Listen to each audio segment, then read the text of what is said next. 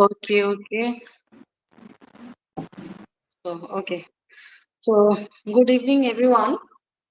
Let's welcome to our 26th. This is 26th or 27th? 27th?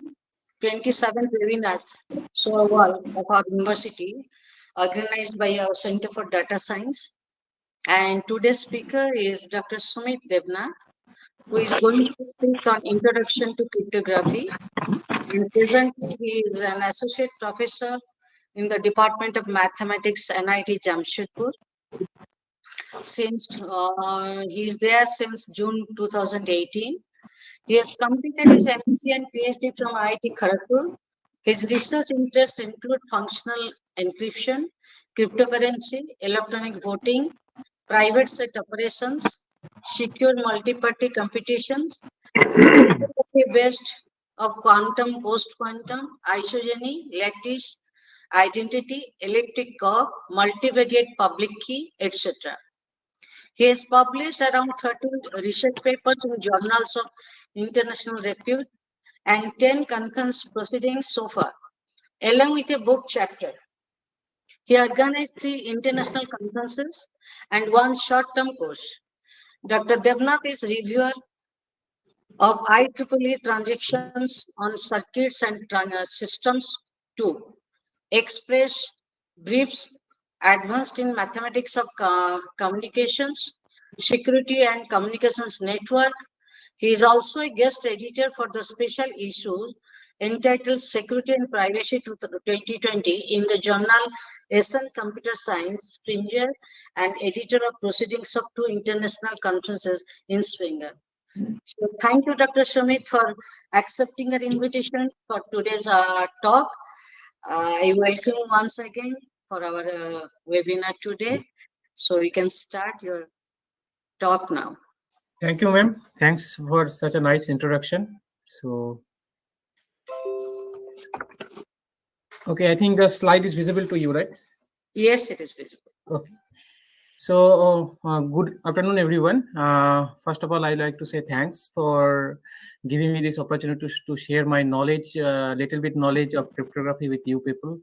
And I know like some of you have the introductory knowledge of this thing.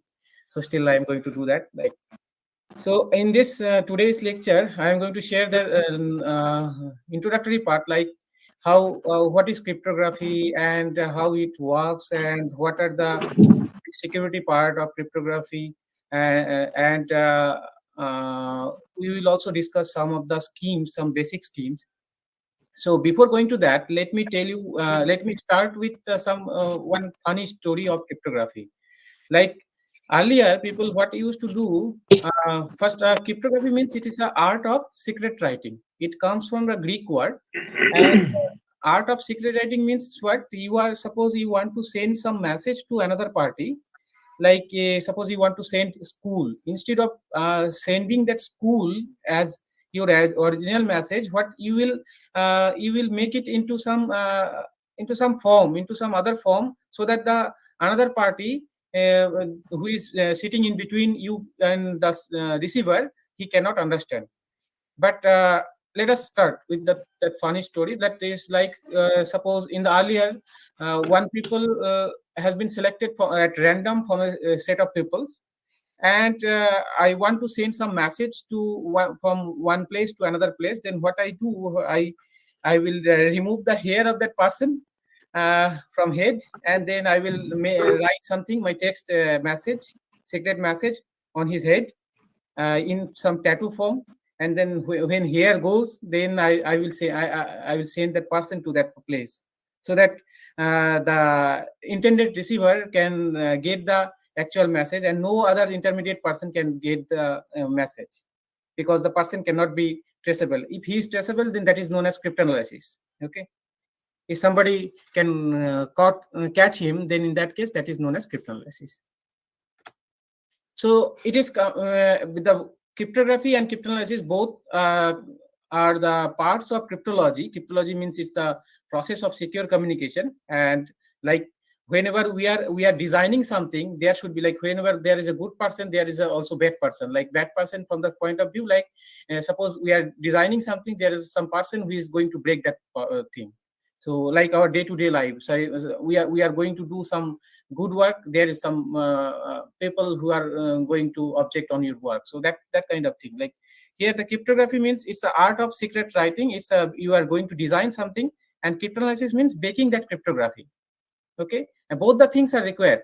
Means unless there is no cryptanalysis, means cryptanalysis kind of thing, if we do not study, then you cannot make sure how secure your scheme is that. So, and cryptography it can be classified into two categories based on the construction. One is symmetric key cryptography and another is asymmetric key cryptography. And point, from another point of view, cryptography can be classified into two categories, main categories. One is classical cryptography, another is quantum cryptography. And we are going to study classical cryptography. And the quantum cryptography basically it based on based on some problems. The problems are like our real the principle of basic particles, like Heisenberg uncertainty principle, no cloning theorem, and the third one is entanglement pair. And in this case, in the case of classical cryptography, it depends, its security depends on some mathematical hard problem. Like factorization is hard, discrete logarithm problem is hard. So this kind of some mathematical hard problems are there. So cryptography security relies on those.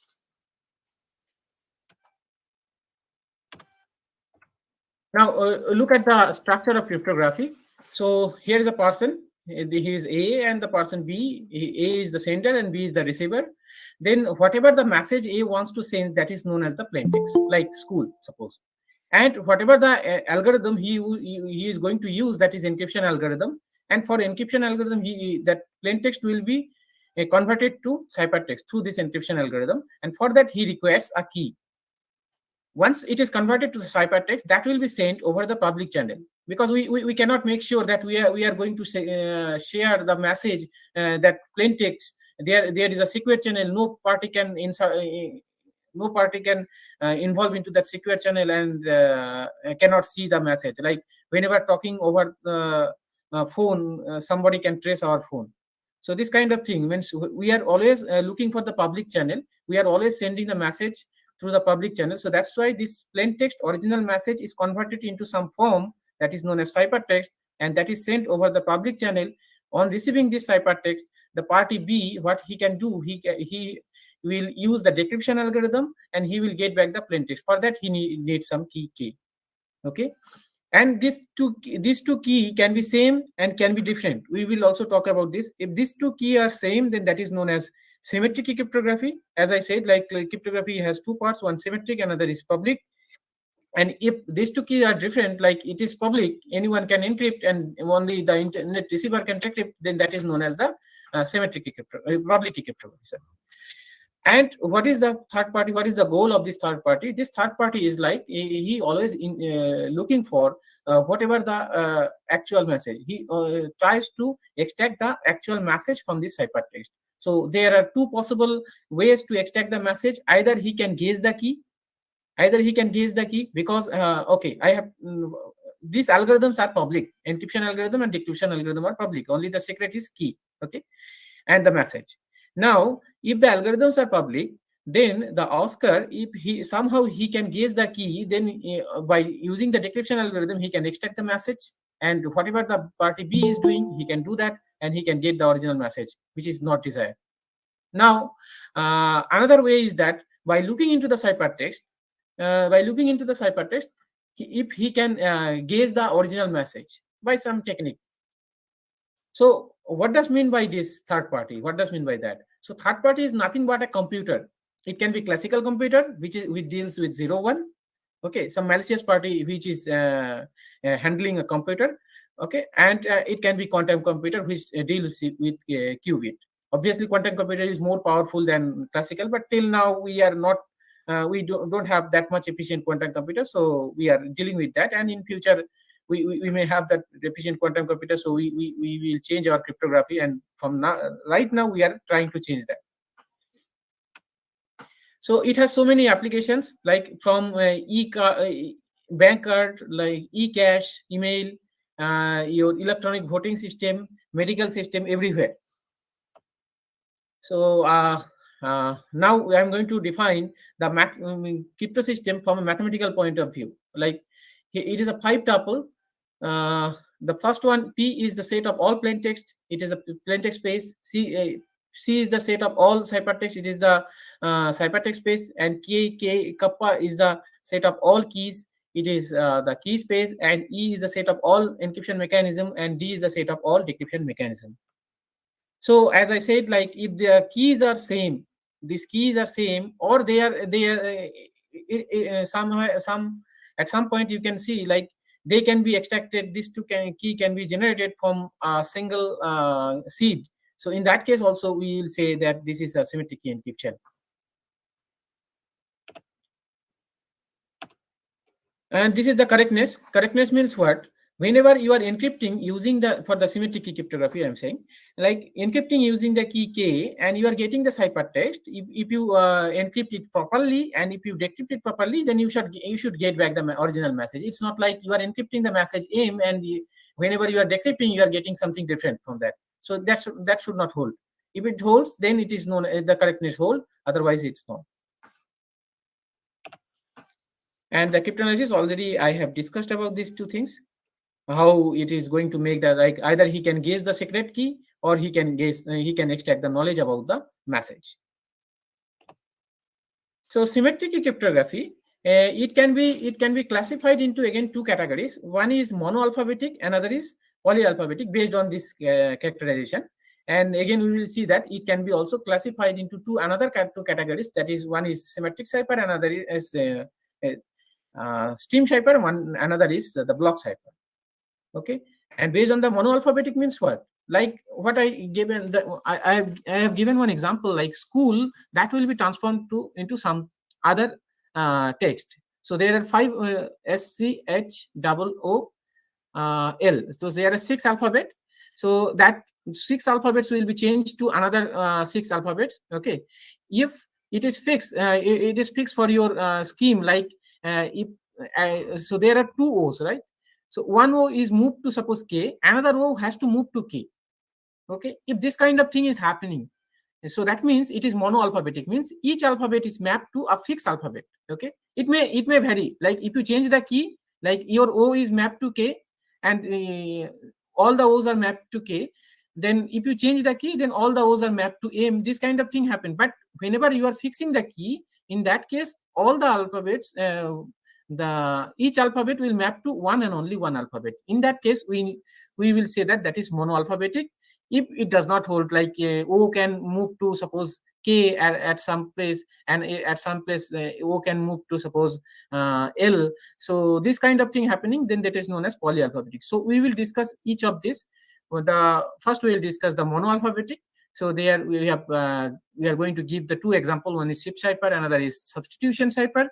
And in the case of polyalphabetic, we are going to give 4 examples. One Vizina cipher, then rail chains of depth 2, depth 3, and permutation cipher and Playfair cipher.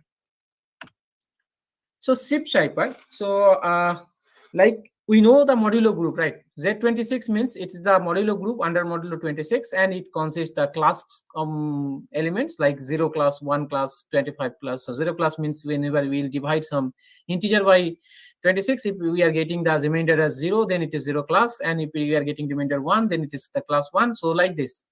Okay, so that means whenever we are dividing some integer, then we can have this 26 possibilities. And how many alphabets we are having in our alphabet list? So there are 26 possible alphabets, right? A to Z.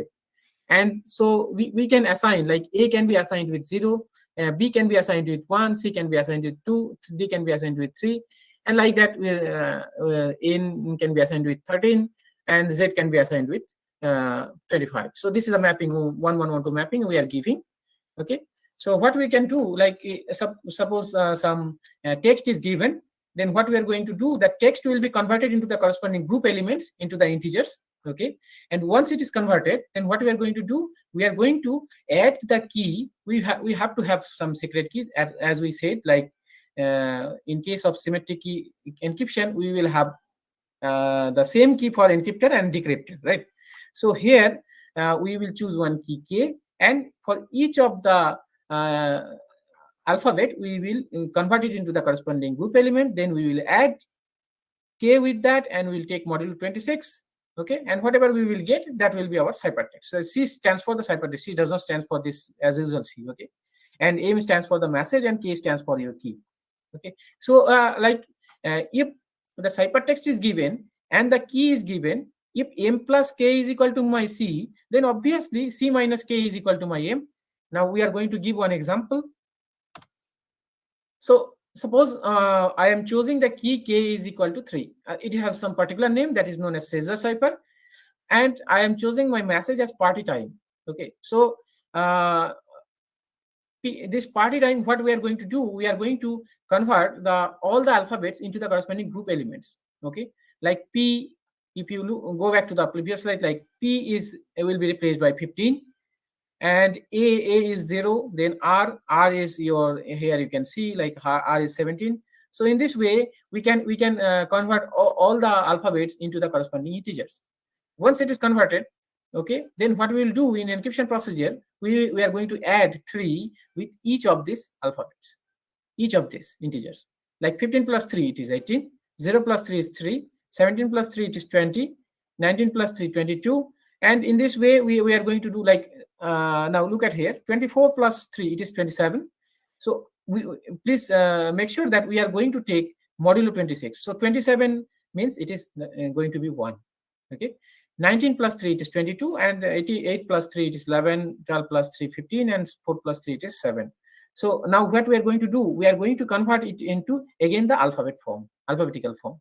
Okay, once it is converted, so this is my ciphertext. I will send this instead of party time through the public channel. So the third party, he will be confused that what is the actual message.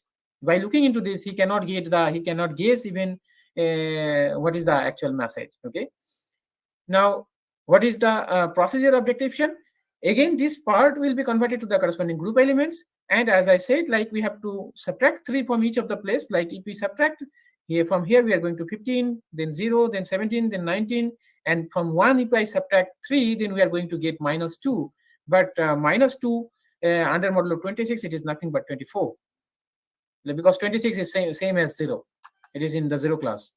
So we can add 26 minus 2 plus 26 is equal to 24. And then we can convert it into like party time. Okay, and so this is my plain text. Now what is the attacker goal here? If I go back to the ciphertext space, key space, how many possible keys are there? There are total 26 possible keys. Now suppose I am a common man, what I am going to do, I have this ciphertext, and from K equal to 1 I am starting. I will convert it into this. As I said, like the decryption and encryption mechanism are public. That here the mechanism is adding and subtracting under modulo 26. Okay, so I will convert it into these integers. Then I am going to subtract 1 from each place, and I am going to take 26 modulo. Okay, so I will get something, and I will convert it into the corresponding text. If I am getting some meaningful text, then I will keep it in a set. If I am not getting, then I will discard that. In this way, if I try, then maximum 26 number of possible choices are there. So we have attacker has to try. Sorry, it is actually 0. We can discard because 0 doesn't make any sense. So 25. If I start from 1 and if I end up with this 25, then at least at some place we will get the meaningful text. Okay. It may happen, it may look like you are taking a word. For that case, you are getting 2 meaningful text. Okay, but you just think about long text. For that, if you do this operation, you are not going to get for 2 to 3 keys meaningful text. And suppose even for a single word, if I am getting some meaningful text, like suppose some secret agency or some terrorist is saying that do the attack at this time. So like by looking into the message, looking into who is going to send, and by looking into the message, we can easily trace which should be the actual meaningful text for that. Now, substitution cipher. So as I said, like in crypto system, we have to take care about the 5 tuple. So here the substitution cipher is plain text is the set of all possible alphabets. Ciphertext is the set of all possible alphabets. We are writing this A to Z in the small letter because in order to distinguish, nothing else. Means like if I write it school in capital or school in small, both are representing the same thing. Okay, so in order to distinguish from plain text to ciphertext, we are just writing that we are denoting plain text by capital and the ciphertext by the small. And K, that's the set of all possible permutations over the 26 alphabets. Okay, so we have total possible 26 alphabets, and if we want to have the permutation in between these two sets, so there are total possible 26 factorial permutations, right? 26 factorial, because the cardinality of the set is 26, and so we can have the 26 factorial cardinal permutation, and from that we are choosing one key. Okay, now let us give an example. And before that, let me tell you how the encryption is doing. We are doing, like, suppose again I am taking that message like school I am taking, and S will be mapped to something SCH, so that will be based on the permutation. So let us look into this. Suppose I am taking this permutation. You can choose as per your own choice.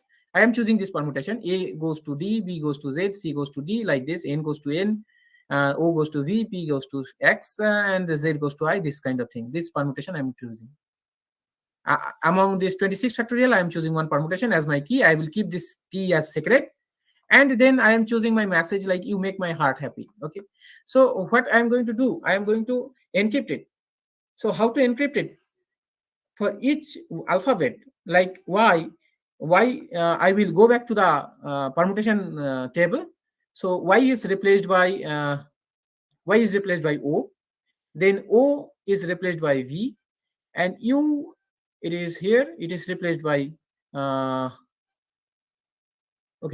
U should be replaced by U should be replaced by B actually, and M, if I go back here, M is replaced by H, then A is replaced by D, K is replaced by L, and E is replaced by W. In this way, I'm going to replace all the alphabets, okay? And then I'm going to send this as my ciphertext. By looking into this, the adversary or the third party cannot understand what is the actual meaning of this message.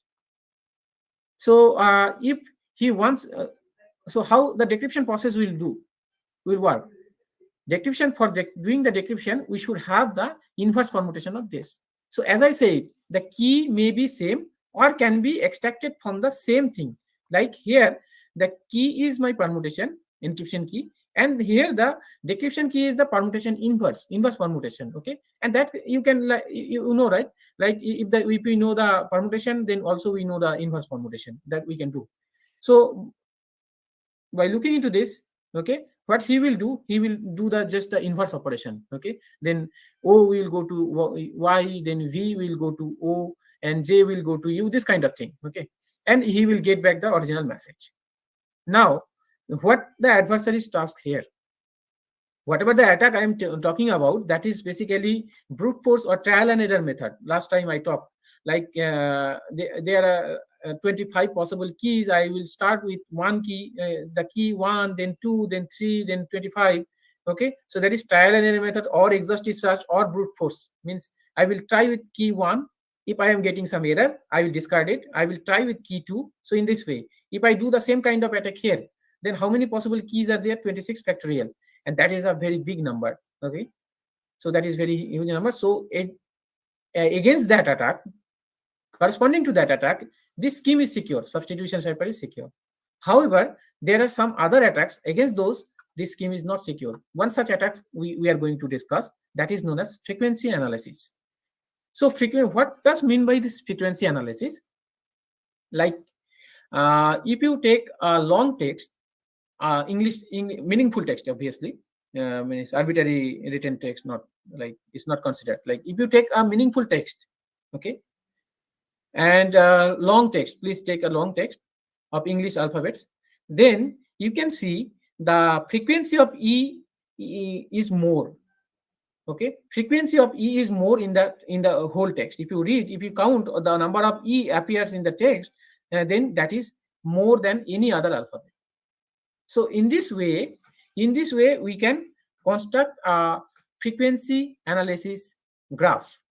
Here we can see that E appears more, then T, then A, and TRA are almost same, and then others are also there.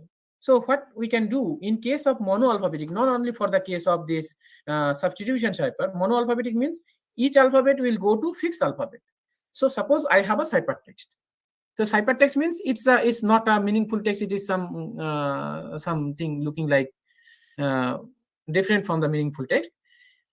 I will count each of the alphabet. Okay, then I will look into the alphabet which appears more. Suppose X appears more. Then obviously this X, wherever X is there in your original plain text, E will be there. Okay, that we can assume because it is monoalphabetic. But for the case of polyalphabetic, this frequency analysis will not work.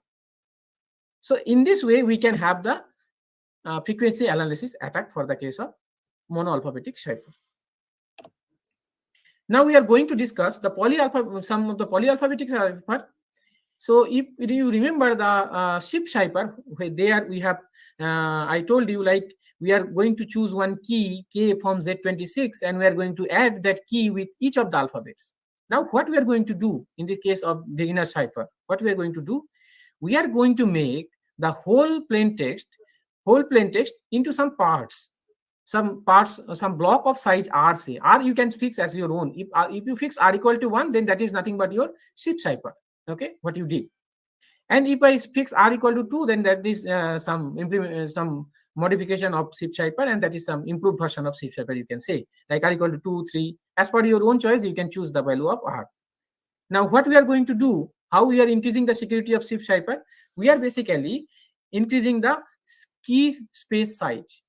Like if I suppose I have a text of size 12, then I am making it into 3 groups, 4, 4, 4. For the first 4, I am using a key of size 4, that is K1, K2, K3, K4. Each of them are chosen from Z26. Okay. Then for the next 4 alphabets, again I am using the same K1, K2, K3, K4. So in this way, if I do, my key size is becoming Z26 to the power 4. So that means it is 26 power 4 possible choices are there. From that choice, I am choosing only one choice. Okay. And the technique is similar to your SIP cipher. What is that? Like you have to, so this is only one block. If you remember, there only M was there, M plus K, and there was the C minus K. Here I am choosing M1, M2, MR, M1, M2, MR plus K, K1, K2, KR, and C1 minus K1 to up to CR minus KR, and over Z26. For each of this operation, we will take modulo 26. So let us give an example. So I am choosing R equal to 4 here, and plain text is equal to meet me at college. So how many alphabets are there? 4, 5, 6, 7, 8, 9, 10, 11, 12, 13, 14, 15. Okay. Okay. 4, 6, 8, and 12, then 14, 15. Okay, fine. So I am going to convert each of this alphabet into the Z26 element. The same thing, same mapping. A will be mapped to 0, B will be mapped to 1, and like that, Z will be mapped to 25. Okay. If I convert it, then I have the key 25, 4, 17, 14. So I am making into 4 size block. Okay. Then I am adding each of this alphabet with K1, K2, K3, K4. Then K1, K2, K3, K4, K1, K2, K3, K4. And here, since we are having only 3, so K1, K2, K3, we have to end up to at K3. Okay. Then we will compute whatever the value we will see. Okay. Then we will convert it into the corresponding alphabet. Okay. And like here, our message was 4 alphabet. So ciphertext is also 4 alphabets. So 4, 4, 4, 4. So 12 alphabets is ciphertext. And here you can see, like, why you are saying this is polyalphabetic. You can see here, this E, it means 4. This E means 4. And here, this E goes to I, and this E goes to V. Okay. So at one place, so here E goes to I, here E goes to V. So both are same alphabet, but they are moving toward the different alphabet. Okay. So that's why it is polyalphabetic. But in case of SIP cipher, if you remember, this E, if this E goes to I, then the E has to go to I. So as I said, like there are 26 power r possible choices. If I use the brute force or that frequency analysis is not possible here, and if I use that brute force or exhaustive key search method, then we have to search for this many times. Now we are going to do the transposition technique. Okay, till now whatever we have studied, that is like substitution, like some alphabet is given and then we are substituting that alphabet with some other alphabet. Okay, it's not like whatever the alphabets are present in your message, we are permuting that, or we are making something from that text only. Okay, from those alphabets only. Suppose school, we are making it some there are total how many school SCH 6 factorial 6 by factorial 2 number of permutations are there we can have. So among those permutation we can produce one permutation. So this thing I am saying means, but what we did till now, we are just substituting that S is replaced by something different alphabet, C is replaced by something different alphabet. But here we are not going to do that. We are going to make the ciphertext from the alphabets present in the plaintext. So first one is rail fence. Here it can be of depth 2, depth 3, depth 4 as per your choice. So suppose your message is party begins. What we are going to do, we are going to write it in this form, PA zigzag way, right? PARTYBENEGINS. Then we will read from this side, PRYEISATBGN. So this is my ciphertext. Okay, and when how the decryption process will work, like again we have to write in this form, like for this case encryption we wrote in this way, zigzag way. Now what we will do, we will write in this way, like we will make it into two parts. First of all, we'll count the number of alphabets: 1 2 3 4 5 6 7 8 9 10 11. So we will divide it by 2. Okay, and we'll take the floor function. Floor function is here 5. Okay, because 5.5 we are getting, and 5 means okay, sorry, sling function we have to take. Okay, and then sling function is equal to 6 here. So we will make a matrix of size of 6 column and 2 rows. Okay, because the depth is 2, depth is 2, and that is my key. Depth is 2, that is fixed, that is my key. Okay, that is secret here. So that's why 2 rows are there, and the sling function means if you divide it by 2, and the sling function that you will get, that is 6. So 6 number of columns will be there, and then you have to write PRYEIS, then ATBGN. Then you have to read in the zigzag way. Then you will get your plaintext. Now, if I keep this depth secret, so here I have shown like I am choosing depth 2. You can choose depth 3. You can somebody can choose depth 4 as per their choice. Okay.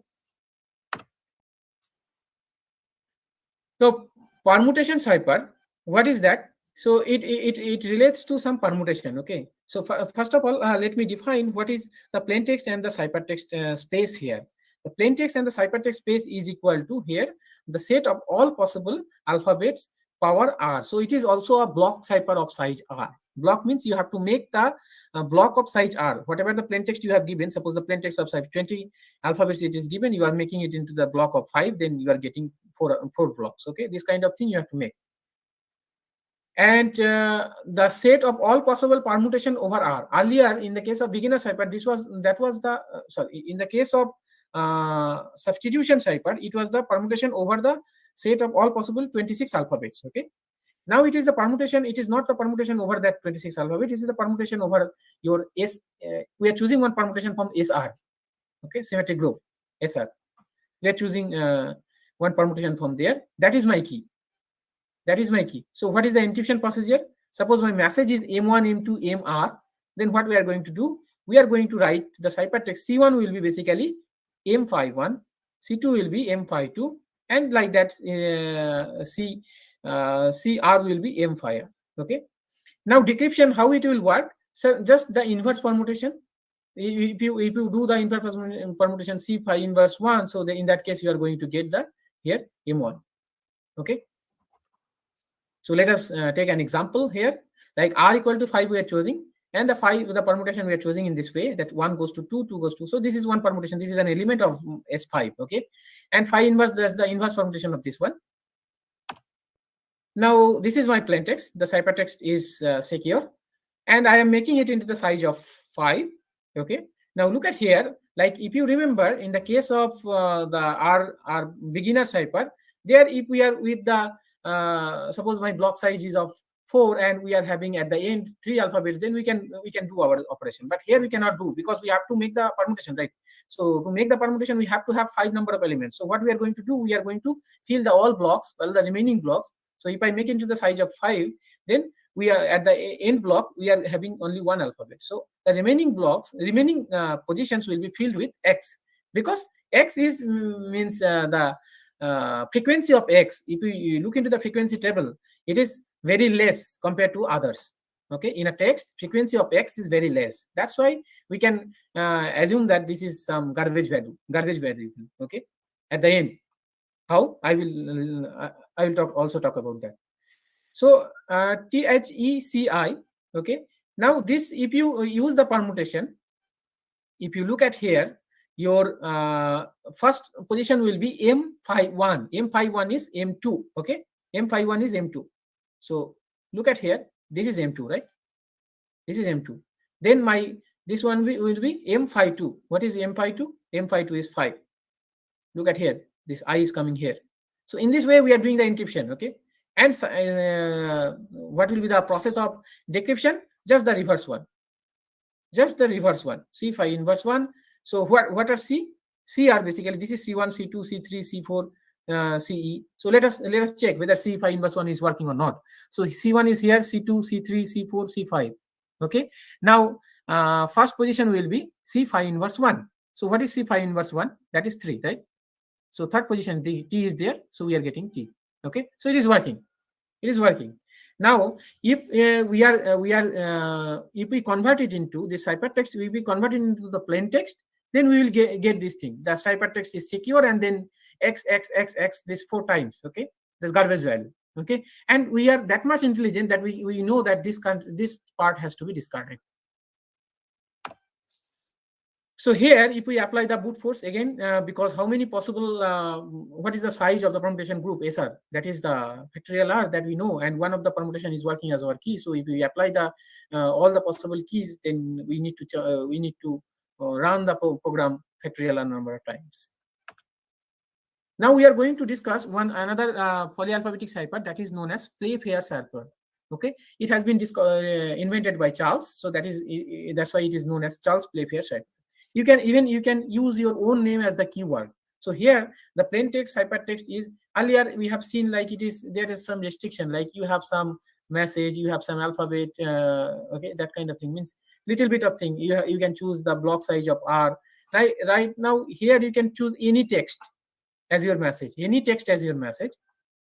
There also the flexibility is there, but in some way we have to manage. Okay, we have to make it into the block size of 1, block size of R, that kind of thing. And K is the set of all possible words. It need not to be that the set of all possible meaningful word. It can be any word. It may be your name, it may be your surname, it may be name of some country, maybe name of some state. What you can choose anything. So here we are choosing one word, that is Charles. Okay, and we are going to make a matrix of size 5 by 5. So how many possible alphabets are there? 26. If I want to accumulate those 26 alphabets in a matrix of size 5 by 5, is it possible? So the answer is no. But we are going to accumulate those. Okay. So because 5 by 5 matrix will have the 25 entries, and we are having in our hand 26 alphabets. So how we are going to accumulate? First, we will start with the keywords. So C, H, A, R, L, E, S. Okay. If there is some repetition, then we have to discard. Suppose Charles, the spelling is CHARLLES. Then we will write this thing again. We have to write CHARL. Already one L is occurred, so we will not write a L again. We will take E and then S. Okay. So 1, 2. This is the keyword. This corresponds to the keyword. Okay. The next alphabet will be what? Next entry will be occupied by the alphabet which has not been covered. If I start right now, we have to start from A to Z. So A already appears there. A already appears, so we will not bother about A. Then we will go for B. Since B is not appearing here up to this, so we will write B. Then we will go for C. You can see here C already appears, so we will go for D. We will write D. Then we will go for E. E already appears. Then we will go for F, G in this way. And one more thing, since we are occupying 26 into 25 possible 25 entries, so we have at least there should be one position which should be occupied by two alphabets. That is ensured by pigeonhole principle. Okay, so here we are choosing this entry as the two alphabets. Okay, this entry is occupied by two alphabets. What are those two alphabets? These are I or G. Why we are choosing in this way? Like if you choose any meaningful text, now we are going for meaningful text. Okay, if you choose any meaningful, if you look into the any meaningful word, then the possibility of occurring of JI consecutive in a consecutive manner, consecutive places, it is very less, unless if you discard some Chinese kind of name like Jing, Ding, Jing, this kind of name. Okay, if you discard, otherwise you are not going to get this. I cannot say you are not going to get, means the possible probability is very less. Here, whatever we are talking, everything is based on the probability. Means it is probably this much secure, 90% secure, 50% secure, this kind of thing. Okay. So this is my key. This is my keyword. From there, I have constructed this. This is the key generation algorithm. I have constructed this matrix. Then I am going to encrypt something. Okay. So this is my plain text. Suppose hello world. Okay. So what I am going to do, I am going to make it so how many alphabets are there? 1, 2, 3, 4, 5, 6, 7, 8, 9, 10, whatever. I am going to make a pair from the starting place. Okay, HE I am taking, then LL appears. So I cannot take LL, means two same alphabet in a pair I cannot take. So what I have to do, as I said, X is the least frequency alphabet. So that's why X, we are dividing it by X. L, then we are writing X. Then we are going for LO, then WO, RL, and D is in the last pair. D is the only alphabet, so we have to complete the pair. So that's why again we are bringing X. So when we have to bring X, you can also bring Y if you think that Y is also less frequency, means the frequency of Y is also less. So in that case also you can bring Y. Okay. Like what again I'm telling, like L, if two alphabets are in the same pair, what we have to do, we have to bring bring one garbage value, that is X we are taking. Okay, and we have to separate it into, we have to shift the another similar alphabet into the next pair. Okay, and in the last pair, if there is only one alphabet, then that the pair we have to complete by bringing that X. Okay, now how to encrypt this? HE. Okay, so there are three rules. The first rule, if the pair appears in the same row, suppose HA, okay, H or R, HR, right? So there appears this, suppose in a pair you are getting HR. So H and R appears in the same row. So what you have to do, you have to give one right shift. Okay, H will be replaced by A and R will be replaced by L. Now the question is, if AL appears or RL appears, then what will be that? Like R will be replaced by L, but L will be replaced by C. So this circular wise we have to give. Okay, and if they appears in a pair, if this thing appears like in a pair, two alphabets appears, those two alphabet in a same column. If they appears in the same column, suppose BK, then you have to give the one shift operator that is towards downward, like B will be replaced by K and K will be replaced by Q.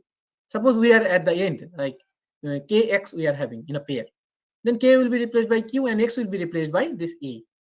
In the circular manner we have to give. Okay, so this is the process of encryption. I have said two rules: if they appears in the same row or if they appears in the same column. Now if they appears in the different row, different column, like here in this case HE, so H appears here, E appears here. Okay, different row, different column. So for the first element you choose the row, and for the second element you choose the column. Okay, take the intersection C. Then for the first element you choose the column, and the second element you choose the row, take the intersection, that is S. So CS you are going to get as the ciphertext corresponding to HE. Now let us take another one. So if they appears in the different row, different column, always you are going to get two corners, right? If you make rectangle, if you make a rectangle with those two alphabets as the corner, then you are going to get another two corners, right? Those two corners you have to write as your ciphertext, right? So that's all for this encryption process, like the third process. So suppose I have R and P at some place. So R, I will go here, H, and H is my intersection, and here T is my intersection. Okay, so I will write HT is the ciphertext corresponding to the pair RP. Okay, so in this way I will do the encryption. Now what should be the operation for the decryption? As we like HA, if I write, if they appears in the same row, then H will be replaced by A will be replaced by R. So decryption should be the reverse one. Means if it is right in the right direction, you are giving the shift operator, then in the left direction you have to give the shift operator for the decryption. And in the downward, you are giving the shift operator for the encryption, then in the upward direction you have to give the shift operation for decryption. But for the case of if they appears in the different row, different column, like we have seen, like H and E, we are getting the ciphertext CS, right? So if I have the ciphertext CS in my pair, then what we are going to do, we are going to apply the same technique.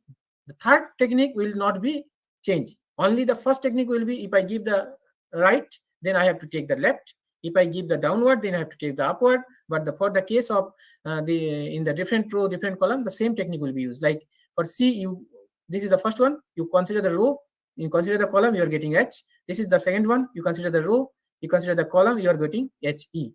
So this is the other two corners of the rectangle formed by C and S as the corners. Okay. So here I have given the example. I got the second. Yes, yes, please. Yes, yes. Okay.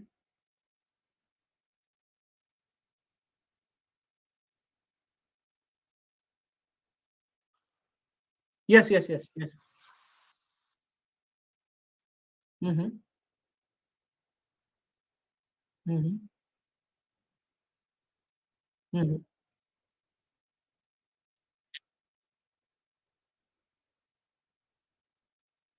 Mm-hmm.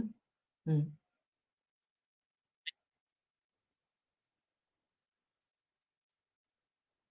So actually, that's why I said from the beginning, like we are that much intelligent. Like "Hello World" is a meaningful text, but "Hello World X" is not meaningful text. So means it may, if it is really meaningful, then we will consider. If it is not meaningful, like here, if you go here, if you Xerox, right? Uh-huh. We are sending the message, do the Xerox, like DOTHEX. Okay, do the Xerox, that is meaningful text, so we will consider that. Like here, so for this case, if you look this case, if I decrypt it, suppose I am getting this my ciphertext, okay. If I decrypt it, then I will get this thing, HELXLOWORLDX, this as my plain text. I will not get this thing if I decrypt. But this much intelligence I am having, that I can discuss. I have to discuss this X and this X to get the meaningful text. I will try the possible permutations. Okay, I will try with the possible permutation.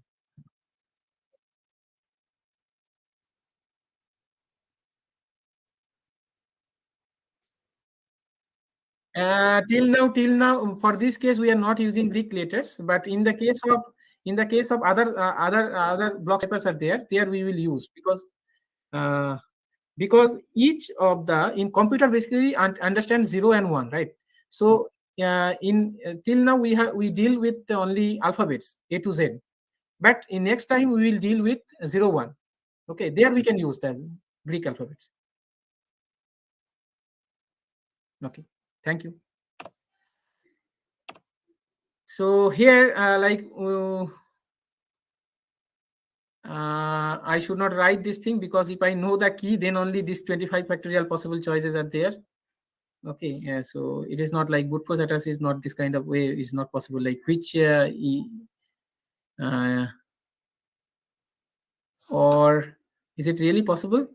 I think 25 possible choices are there, right? The first place we can fill it by A to what? A to Z. Okay. If I choose this as 20, I and J as the same, then the first place can be filled by 1 among these 25. The second place can be filled by 24. Third place can be filled by 23. So yes, 25 factorial, it works. Okay. Okay, as I said, like symmetric crypto system, again, it can be classified from another point of view. It can be classified into two categories: block cipher, steam cipher. Till now, what we have discussed, all are block cipher. Okay, we are going to make it into block, then we are going to encrypt it. Maybe the block of size 1, maybe the block of size 2 or 3 or R, whatever. Now we are going to do something different, which is not block cipher. Okay, and also we will give some example of the advanced block cipher that we are using in our day-to-day life. And I am going to show you one example of our Aadhaar card, which is encrypted under some symmetric key encryption. Okay, I am going to not the example how it is encrypted, but I am going to give the proof. Okay, so steam cipher.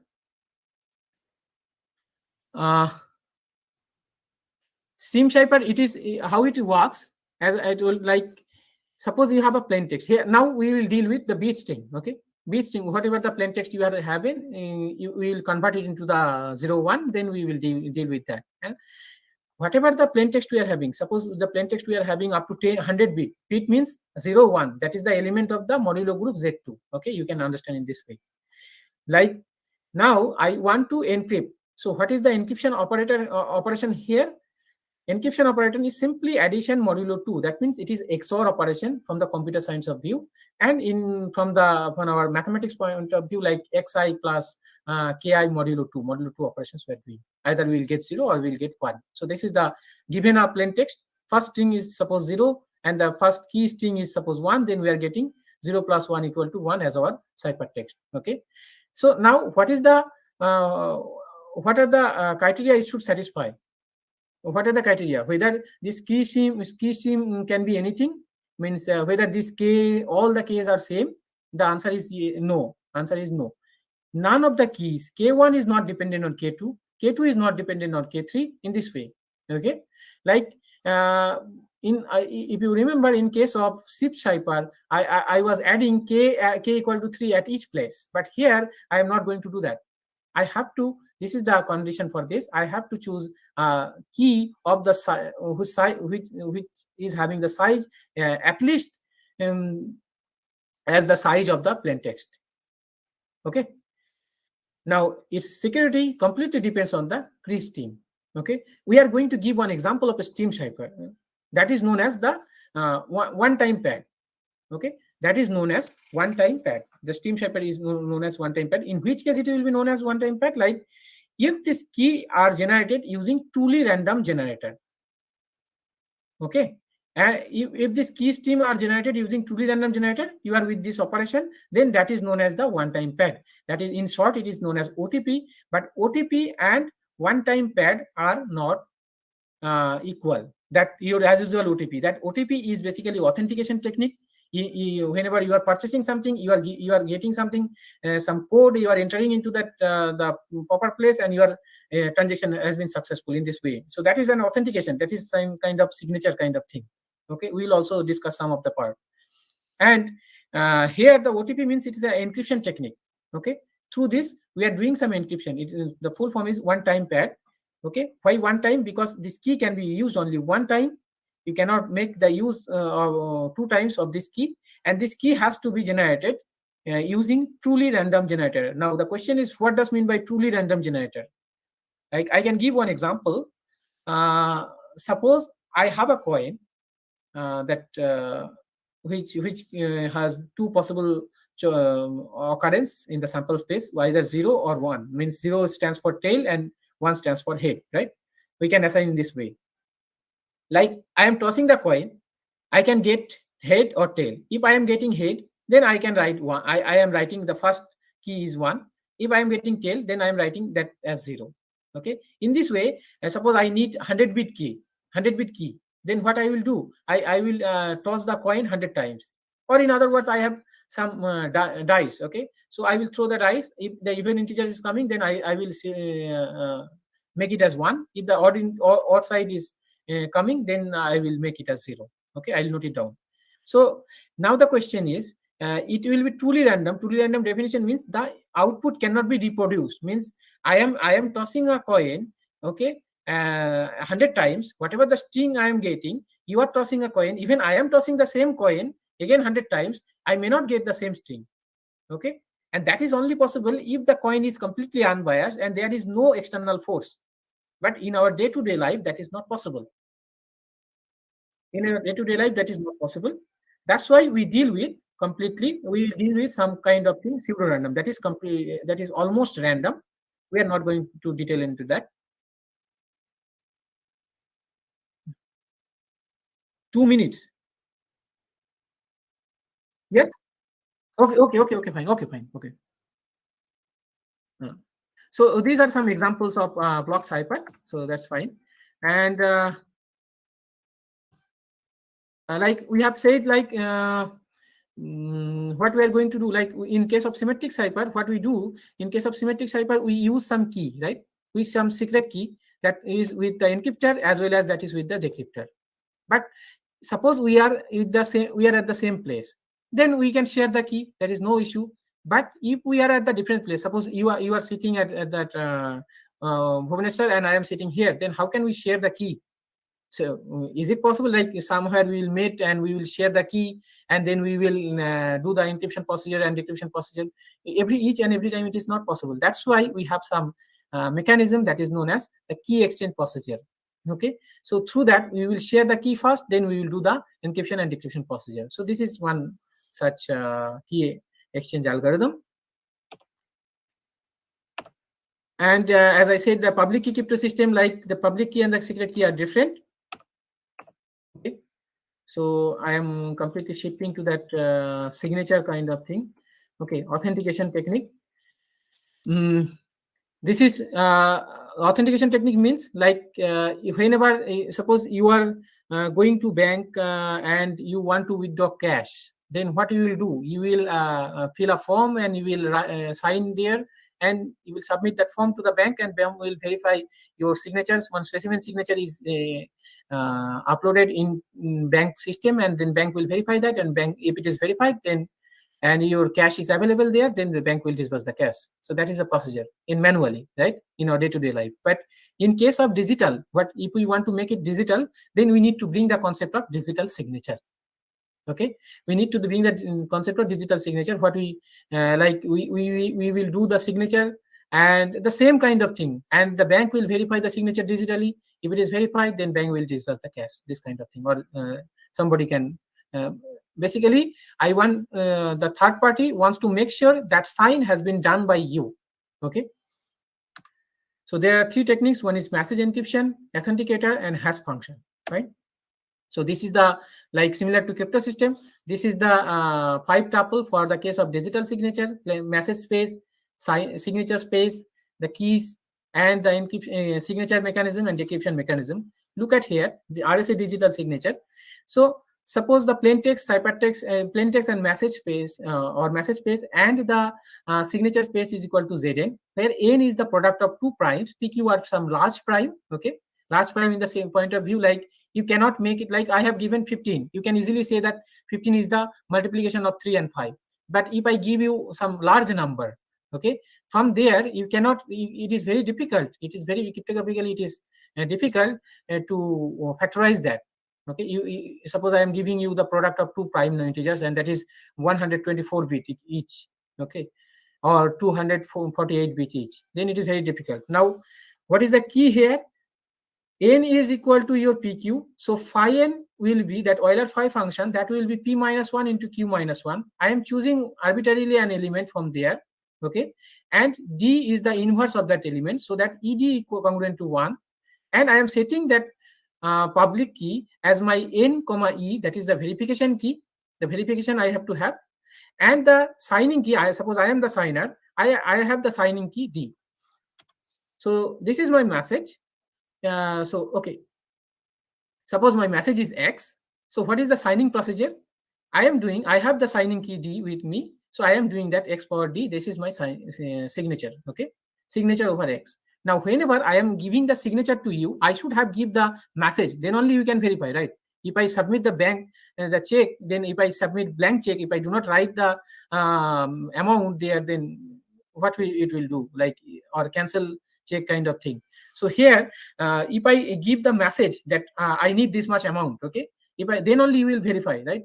If I give this message along with the signature, then it will verify then on which message you have done the signature. What is the signature verification procedure? Like, you have to verify in this way. Y power, basically here by mistake it is done like Y power E using the verification key.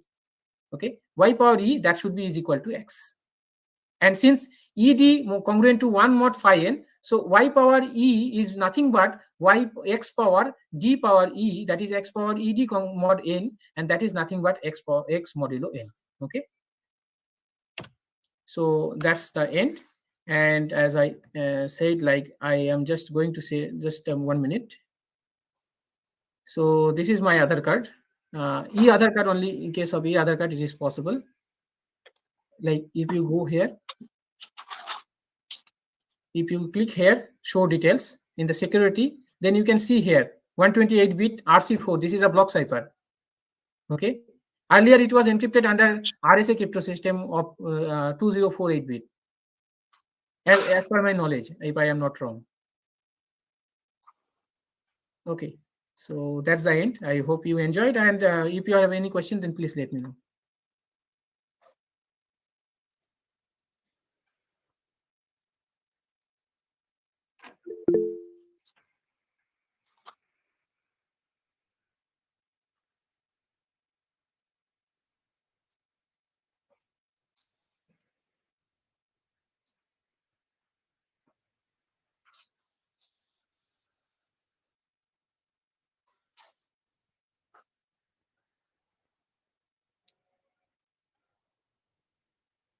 Dr. Sumit, just I want to ask you.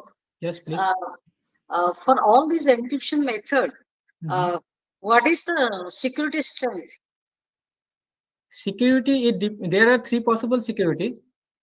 Okay, one is probable security, another is computational security, another is unconditional security. There are 3 kinds. Probable security means, for the case of public key crypto system, most of the time we use the probable security, like factorization hard, discrete algorithm problem hard. Like, if you want to break your crypto system, then if you can break the underlying assumption mathematical problem, so it is like reduction in case of complexity theory. If A implies B, B is easy, then A is also easy, and B is NP hard implies A is also NP hard. That kind of thing. Okay. And that is the probable security. And like, in case of symmetric cipher, we use to the things unconditional security. Like, adversary has given unlimited power. Adversary can run the program 100 years, or adversary is having the 100 number of computers, supercomputer, everything. Still, the adversary cannot break. So that is one point of view. So one-time pad actually possesses perfect secrecy. That is unconditional secure. Okay. And the another one is, as I said, like during the description of substitution cipher, that is secure against brute force attack, but it is not secure against your frequency analysis, right?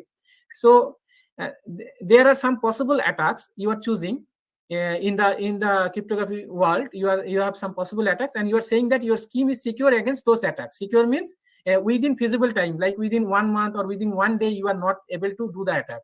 Suppose I have shared one secret message with the defense system, and some unintended person, suppose some terrorist wants to get back the message, but after 1 month or after 1 year, he is getting the actual message. So there is nothing to do with him, right? So within feasible time. Yes. Thank you. It's really a very nice topic and nice presentation. We enjoyed it very much. Yes. Okay. So any questions from audience? I don't think so.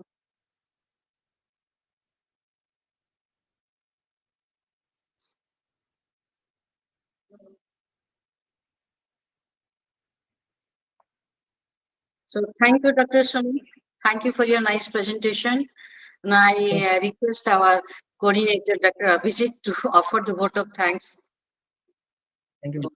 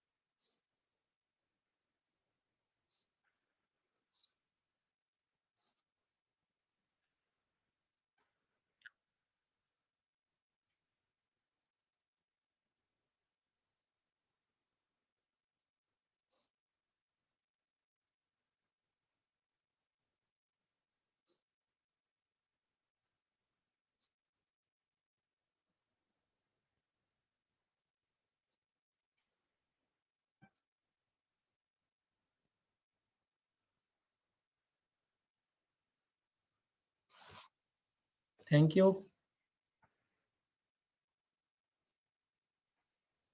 Thank you. Thank you, Dr. Sumit. Thank you, Dr. Abhijit. Okay. Let's wind up the webinar.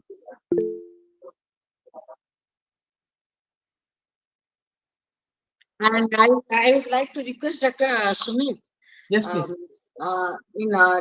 From 24th to 26th March, we are going to organize a international conference. Okay. So you please, I request Dr. Abhijit to send the brochure to you.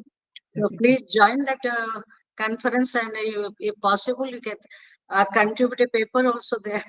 Yeah, sure. I will try with my level best. Yeah, fine. Thanks, ma'am. Thanks.